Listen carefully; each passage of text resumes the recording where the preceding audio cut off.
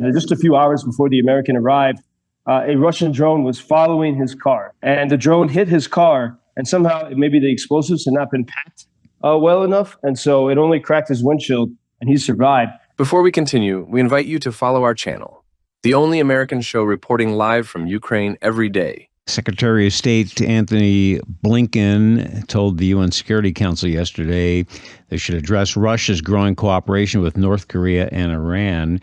Today, Ukraine President Zelensky is scheduled to meet, well, actually tomorrow, he'll meet with President Biden at the White House. And he's supposed to present a victory plan, and I guess that means he'll be asking for more weapons faster. Let's find out what Joseph Lindsley makes of all this. He's in Lviv today. Joe, what are you hearing?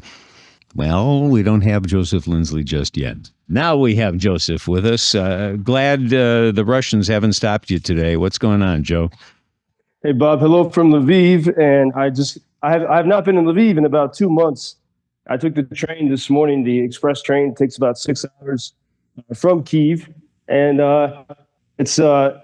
in Lviv, I mean, you realize everywhere in the country, even here in the West, the toll of the war is heavy. I have not been back in Lviv since that attack almost a month ago, that really horrific attack, probably the worst attack on the city in these 2.5 years. And everyone's still talking about that and feeling that. And the reason why we had connection problems here, the infrastructure, even here, even though we're so close to Poland, is significantly weakened. And so that's why I was a little bit delayed trying to connect here. Yesterday in Kharkiv city, that city from which I've reported so often, they came under extremely serious Russian attack. There were Moscow sent 7 of these very messy glide bombs to Kharkiv. But what was new about it, they've done that before, but what's changed now, and this started a few days ago when the Russians sent glide bombs to Zaporizhzhia city, they're improving the technology on an otherwise sort of primitive weapon. And now these glide bombs can go further and they can carry a greater payload. And so we saw the fruits of that in Kharkiv yesterday. It was a gruesome attack on residential buildings in the Saltivka neighborhood of the city. And actually there was a delegation we had of Americans, including Americans who, sort of close to Trump, who were coming here to see the reality, and they happened to be there. And so they saw it, and they felt it, and they smelled it, and they heard the cries of the people during that gruesome attack on Kharkiv yesterday. And then that was, of course, not enough for the Russians. They also hit Kharkiv a little bit in the middle of the night. And I was talking yesterday to an American who was down in that city of Kherson, which is, right. The Russians are right across the Dnipro River, the estuary from the city of Kherson. And, when I read to you, I think maybe last week, an essay by a journalist there talking about how the Russians are targeting people with drones.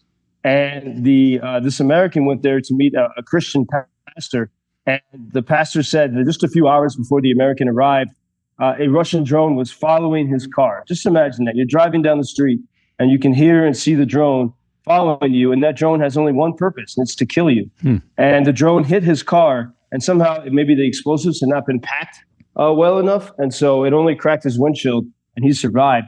But that's the daily reality for every single man, woman, and child in that city of Kherson. That is unbelievable. I understand why the people there need their music. And we've been talking about the Cultural Forces Tour of the United States. And we have a little sample here, don't we? Yeah, so these are Ukrainian soldiers, about a dozen of them, and they're all musicians. Some of them, they all were musicians before the full-scale invasion. And so we have just a little clip of about 30 seconds to them playing yesterday in Richmond, Virginia, and earlier in the day in Washington, D.C. And you'll hear the guy singing opera. He lost a leg in battle, and he's a famous opera singer. And you'll hear my friend Sasha Bull and Kolya Serga singing some traditional Ukrainian songs. So just a little snippet as these guys travel throughout the United States.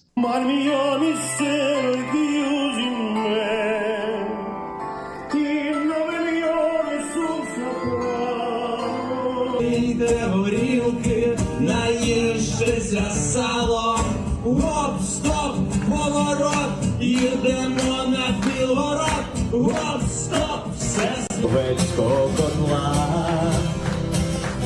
Ще в дитинстві віщий сон наснився, ще мене замурзана мокра. А я хотів... Joe, let us know if they're coming to Chicago. Yeah, well, maybe we can swing that. And actually, in a few hours, they'll be playing at my parents' house. As I mentioned yesterday, in Charlotte, North Carolina. And yesterday was my grandmother's birthday, so she'll be serenaded in Ukrainian today by these Ukrainian warriors. Many of them are veterans and soldiers. And incidentally, in Charlotte today also will be Donald Trump. And maybe tomorrow we can talk about his comments about Ukraine. In Georgia yesterday, he falsely said Russia had never lost a war, forgetting the first Crimean War, which the Russians did lose, and many others. So we can talk about that tomorrow, and I'll report on the Ukrainian concert in the house where I grew up from Charlotte tomorrow. It's going to make your grandmother miss you even more. You know that, don't you? Yeah, happy birthday. President Zelensky, as we mentioned, will meet with President Biden at the White House tomorrow, and he did say he also wants to meet with Donald Trump. So more on that. In the meantime, let's hope the sound of music is what you hear there in Ukraine, not a drone over your car, Joseph. Thank you for introducing Ukraine on your social media pages. That's very important that much more people can get more information about the situation here and how everybody can help Ukraine to stay stronger and to save all the world. Что он сказал? Well, which side are you on? На чьей ты стороне? Come on now. Oh, which side are you on? На чьей ты стороне?